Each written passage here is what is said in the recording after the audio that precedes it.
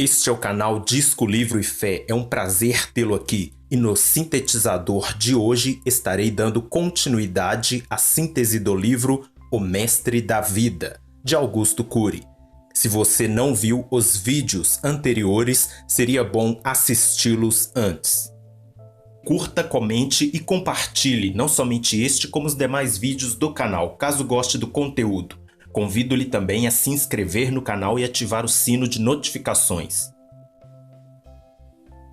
Após ter sido torturado na casa de Anás, Jesus, manietado, foi conduzido por ele à casa de Caifás, o sumo sacerdote. Lá reuniu-se o sinédrio. Estavam diante dele os sacerdotes, os fariseus, os herodianos, os saduceus, os mestres da lei, enfim. A cúpula judaica tentou fabricar falsos testemunhos para condenar Jesus, mas os testemunhos não eram coerentes, conforme Lucas capítulo 23. Não havia contradição na vida do mestre dos mestres. Podiam rejeitar drasticamente o que ele falava, mas ninguém era capaz de apontar condutas que rompessem com a ética e o bom senso. A rigidez dos líderes de Israel impediu que o julgamento fosse isento. Não se renderam a Jesus porque não o investigaram. A pressa e o desespero em condená-lo os levou a reagir irracionalmente. Jesus ouviu todos os falsos testemunhos. Paciente, não sentia necessidade de se manifestar. Por que Jesus não falava? Porque estava acima de todo aquele julgamento. Os líderes religiosos defendiam o Deus dos 5 livros de Moisés, dos profetas e dos salmos. Apesar de serem especialistas em matéria de Deus, não reconheciam que, diante dele, escondido na pele de um carpinteiro, estava o Deus que diziam defender e adorar. Que contraste impressionante! Eram especialistas em ensinar quem era Deus, mas não conheciam esse Deus. Não conseguiam enxergar o Filho de Deus naquele Galileu. Psicoadaptação, como o próprio nome indica, é a adaptação da emoção aos estímulos dolorosos ou prazerosos. A frequente exposição aos mesmos estímulos faz com que, ao longo do tempo, percamos a sensibilidade a eles. Podemos perder a sensibilidade à dor, às necessidades e fragilidades dos outros. Podemos ainda perder paulatinamente a capacidade de sentir prazer na vida, o encanto pelas pessoas mais íntimas, o amor pelo trabalho, a disposição para criar, a habilidade para aprender. Precisamos, no entanto, ficar atentos para a atuação sutil e maléfica deste fenômeno inconsciente. Ele tem poder de nos fazer insensíveis à dor dos outros, cultivar a autossuficiência e nos transformar em pessoas arrogantes, prepotentes. É também capaz de gerar a prática do coitadismo e nos transformar em pessoas com baixa autoestima e com enorme dificuldade de lutar pela vida e por nossos ideais. Pode ainda cristalizar preconceitos e nos levar a discriminar pessoas. Nesses sentidos, ele é muito prejudicial. Essa psicoadaptação atingiu os fariseus da época de Jesus. O sinédrio queria encerrar o julgamento de Jesus.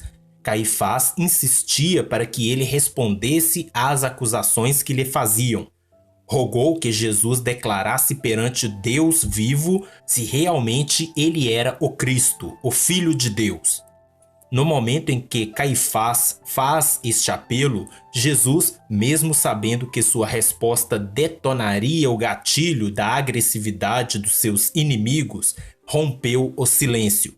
Percorreu com os olhos o sinédrio e fixou-os no sumo sacerdote. Em seguida, confirmou sem qualquer insegurança: Tu o disseste, como registrado em Mateus capítulo 26.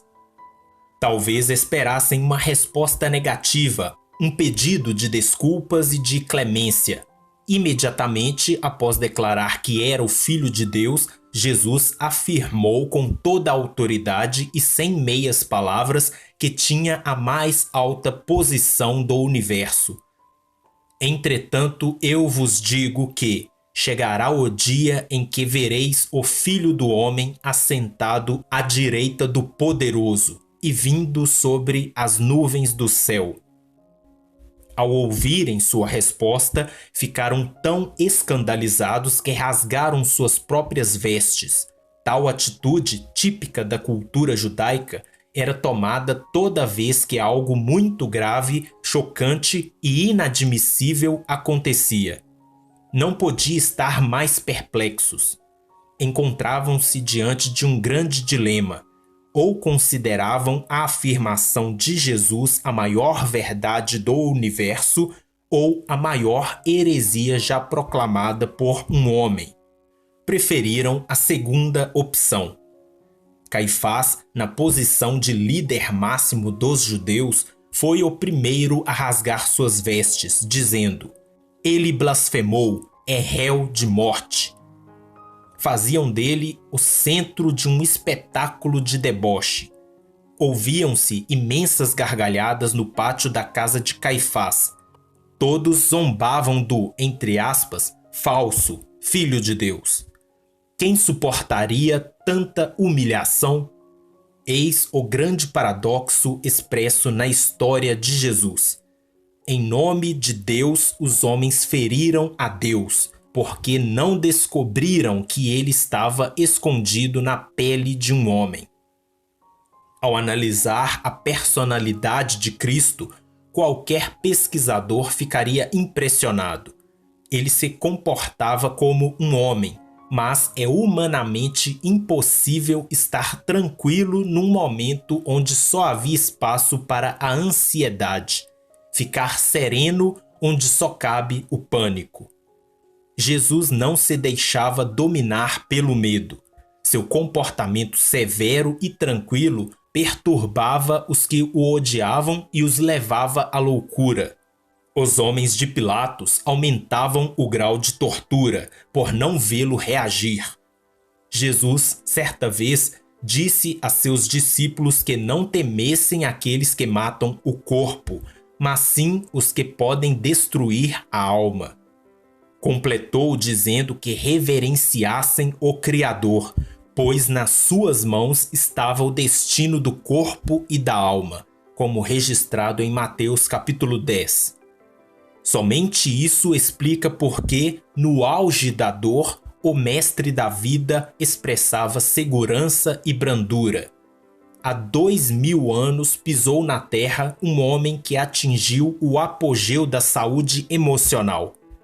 Certa vez, o mestre da vida fez um convite que a psiquiatria e a psicologia moderna ousam fazer.